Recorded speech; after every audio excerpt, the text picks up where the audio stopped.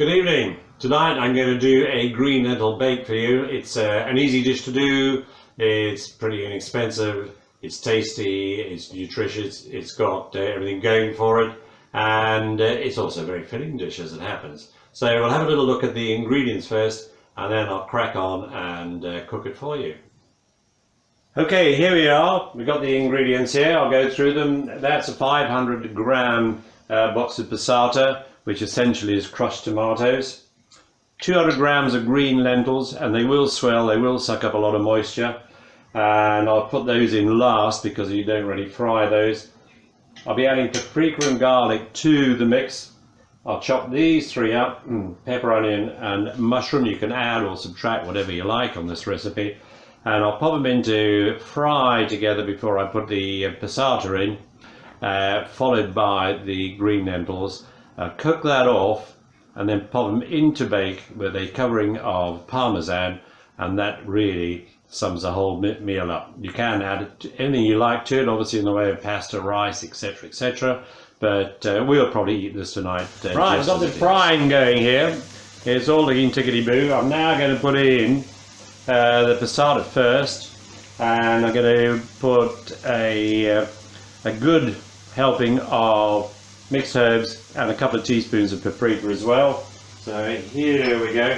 This is very likely going to need more liquid, which I'm going to swill around some water in the passata box at some stage to increase that. But you have to keep an eye on what you're doing so that it doesn't dry up too much, because the green lentils do suck up the liquid. So that's all looking good. It has got the garlic in here already, plus salt and pepper, and that's all mixing in nicely. This is the herbs and the paprika, so I'll sprinkle all that in. As you can see, I tend to be a bit wild with the mixed herbs, but I do like them, so that's what I put them in for. Mix those up, and then put the green lentils in. So there's 200 grams of green lentils going in there. I'm going to cook these off, make sure the consistency is good from a liquid point of view, and then I'll leave it on here for about 10-15 minutes, and then I'm going to bake it in the oven with a sprinkle of parmesan on the top to complete the baking. And that then pretty much is the meal. Okay, here we have the post fry off dish. I popped it into an oven-proof dish. I'm going to pop the parmesan on top before I bake, because it is called a bake after all. And I've done a quick workout on calorie count based on 25 grams of parmesan, and I might be putting a little bit more on than that, because the whole dish that I had, including that, was about 50.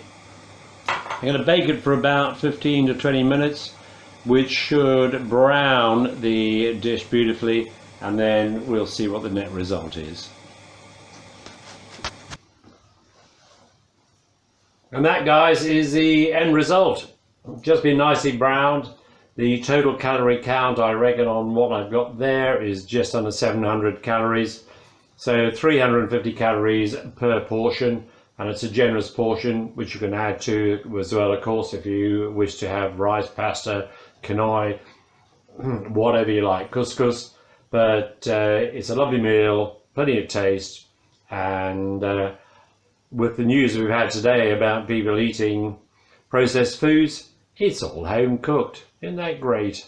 Good night.